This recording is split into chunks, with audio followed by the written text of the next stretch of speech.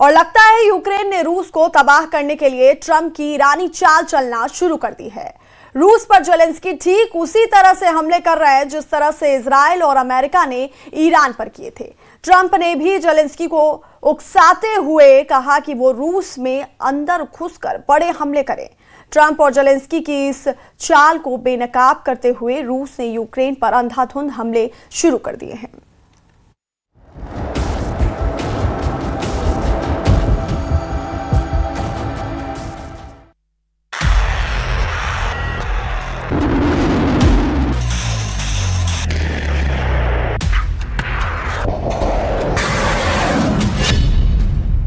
रूस को बना देंगे ईरान, ट्रंप ने कहा। वाह ज़ेलेंस्की। यकीन मानिए, ईरान युद्ध के नतीजों, तबाही और बर्बादी का जबरदस्त असर रूस यूक्रेन पर साफ दिखाई दे रहा है।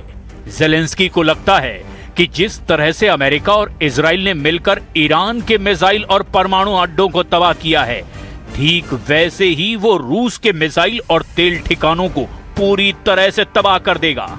ज़ेलेंस्की ने कुछ घंटे पहले ऐसा बयान दिया है जो साबित करता है कि अब यूक्रेन रूस के हमलों पर पलटवार नहीं करेगा, बल्कि रूस के हमला करने से पहले ही उसके सैन्य ठिकानों को जलाकर भस्म कर देगा। इस वक्त यूक्रेनी सेना ने रूस के कब्जे वाले क्राइमिया इलाके में जबरदस्त हमले शुरू कर दिए हैं। क्राइमिया में रूस की सप्लाई चेन को पूरी तरह से काटने की कोशिश हो रही है, तो वहीं राष्ट्रपति पुतिन के आदेश पर रूसी सेना ने अपने हमलों की रणनीति में अब बदलाव करते हुए यूक्रेन के रेलवे नेटवर्क को तबाह करना शुरू कर दिया है, ताकि नेटो की तरफ से दिए जा रहे हथियार मोर्चों पर जंग कर रही यूक्रेनी सेना को मिल ही ना पाए। रिपोर्ट्स का दावा है कि 232 मोर्चों पर जबरदस्त खूनी जंग रूस यूक्रेनी सैनिकों के बीच चल रही है। उधर रूस की तबाही और बर्बादी देखकर राष्ट्रपति ट्रंप बेहद खुश हैं। सूत्रों का दावा है कि ट्रंप ने ज़ेलेंस्की से कहा है कि वो रूस में और अंदर घुस करके हमले करे, ताकि रूसी सेना को संभलने का मौका न मिल पाए। ट्रंप ने ज़ेलेंस्की की तारीफ करते हुए कहा कि वो शानदार जंग कर रहे हैं, लेकिन इस बीच पुतिन ने बेलारूस की तरफ से ऐसा मोर्चा खोलना शुरू कर दिया है जो रूस यूक्रेन जंग को परमाणु जंग में बदल सकता है। पहले हमला करेंगे ज़ेलेंस्की, काट देंगे क्राइमिया। पिछले 21 दिनों में यूक्रेन ने रूस में घुसकर बेहद बड़े और तीखे हमले किए हैं। रूस की तेल रिफाइनरियां धूं-धूं कर जल रही है। रूसी तेल डिपो के विशाल ढक्कन धमाकों से उड़ रहे हैं।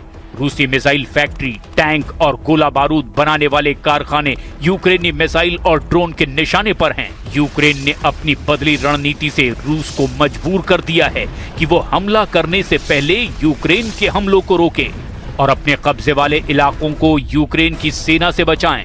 इस वक्त यूक्रेन की सेना किसी भी कीमत पर रूस के कब्जे वाले क्राइमिया पर कब्जा करना चाहती है और इसीलिए रूसी सप्लाई लाइन को काटने के लिए ज़ेलेंस्की रूस पर पहले हमला करने का आदेश अपनी सेना को दे चुके हैं। जरा देखिए क्राइमिया में कहां और किस तरह के हमले हो रहे हैं। पिछले 48 घंटों की लड़ाई को देखें तो युद्ध का केंद्र केवल यूक्रेन का डॉनबास नहीं रहा, बल्कि रूस के पावर प्लांट और क्राइमिया में सैन्य अड्डों पर यूक्रेनी हमले शुरू हो चुके हैं। क्राइमिया मोर्चे पर दावा किया जा रहा है कि यूक्रेनी सेना ने रूस की बिजली आपूर्ति काफी हद तक के ठप कर दी है।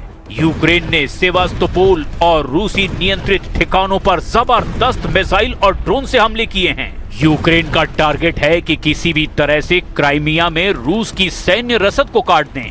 यूक्रेन ने ओरेनबर्ग गैस प्रोसेसिंग प्लांट और रूसी सैटेलाइट केंद्रों पर लंबी दूरी के हमले किए। यूक्रेन के ये हमले दिखाते हैं कि कीव अब युद्ध को रूस के अंदर आर्थिक मोर्चे तक ले जा रहा है। डोनेस्क और पोक्रोवस्क इलाके में भी जबरदस्त जंग चल रही है। पिछले 48 घंटे में पोक्रोवस्क इलाके में रिकॉर्ड संख्या में सैन्य झड़पें हुई हैं। अकेले पोक्रोवस्क में ही यूक्रेन ने रूस के दर्जनों हमलों को नाकाम करने का दावा किया। इस क्षेत्र में अभी भी सबसे ज्यादा जमीनी लड़ाई चल रही है। यूक्रेन ने रूस के क्रास्नोडार क्षेत्र में तेल डिपो और क्राइमिया में मौजूद रूसी एयर डिफेंस सिस्टम और ब्लैक सी फ्लीट के ठिकानों पर ताबड़तोड़ ड्रोन हमले किए हैं। दक्षिणी मोर्चा, जिसमें ज़ापोरिज़िया और निप्रो आते हैं, यहाँ पर भी रूस ने यूक्रेन पर जबरदस्त दबाव बना रखा है। щоб берегти спокій російського керівництва. Для порівняння, на усіх інших напрямках в Росії, на інші їхні міста зараз по кілька пускових. Такі пріоритети. Захищають свою владу, захищають джерело. You like winners. Do you think President Zelensky is winning right now? He famously Well, he's doing pretty well. Look, no matter how you look at it, he's doing pretty well. He's holding his own at least. A lot of people dying on both sides, but I think he's doing pretty well. Can I ask you? Look, you have to say he's courageous. He's got great equipment, but he's got great men. He's got fighters. 232 मोर्चों पर खूनी जंग, रूसी guided bomb का गदर। War experts का दावा है कि रूस को ईरान समझ लेना यूक्रेन पर बहुत भारी पड़ सकता है और इसका सबसे बड़ा और सटीक उदाहरण है वो 232 जंगी मोर्चे, जहां रूसी सेना यूक्रेनी सेना के चीथड़े उड़ाने में जुटी हुई है।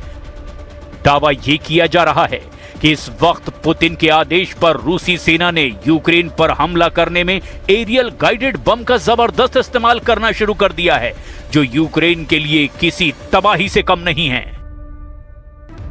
यूक्रेन के जनरल स्टाफ और रक्षा मंत्रालयों से जारी ताजा रिपोर्ट के मुताबिक पिछले 24 घंटों में यानी 24 से 25 जून 2026 के दौरान रूस और यूक्रेन के बीच फ्रंट लाइन पर 232 से ज्यादा भीषण खूनी झड़पें हुई है। पोक्रोवस्क भीषण जंग का केंद्र है, जहां यूक्रेनी सेना ने पिछले 24 घंटे में रूस के अकेले 32 से ज्यादा हमलों को खदेड़ दिया। यहां उत्तरी सेना ने कुल 19 बड़े हमले किए हैं।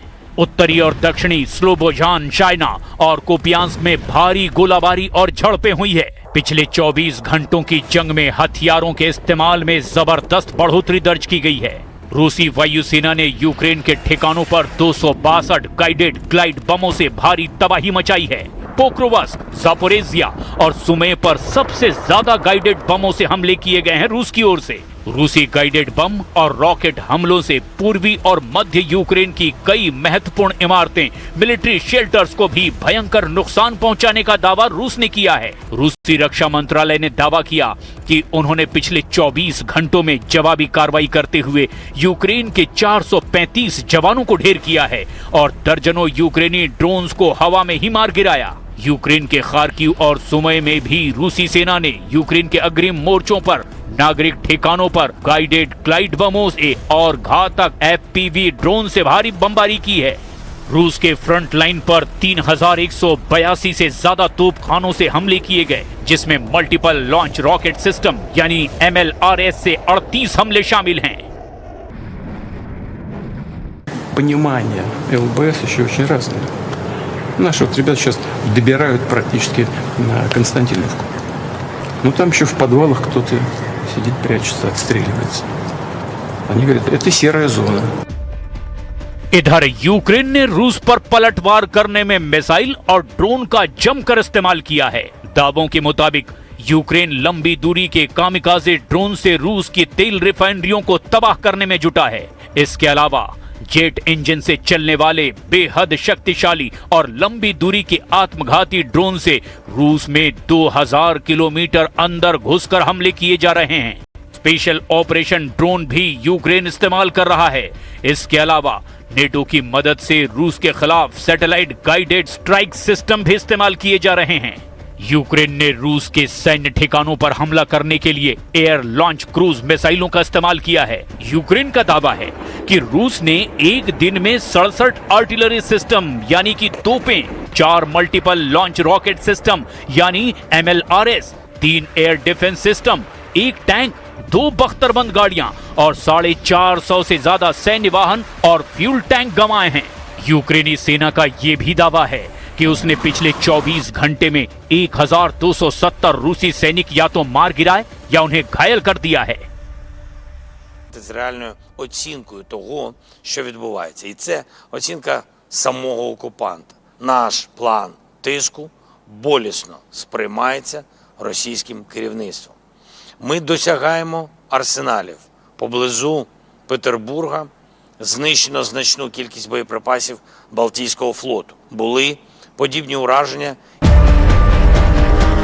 रूस यूक्रेन जंग को 1583 दिन से भी ज्यादा का वक्त हो चुका है। रिपोर्ट्स के दावों के मुताबिक अब तक हुई जंग में रूस के 12 लाख सैनिक मरने का दावा किया गया, जबकि ब्रिटिश खुफिया प्रमुख ने दावा किया कि रूस के 4.5 लाख से 5 लाख के बीच सैनिक मारे गए हैं और यूक्रेन के 1 से 1.5 लाख सैनिक मारे गए हैं। अब देखना यह होगा कि अगर ज़ेलेंस्की ईरान समझकर रूस पर और ज्यादा घातक हमले करते हैं तो रूस किस तरह से पलटवार यूक्रेन पर करता है।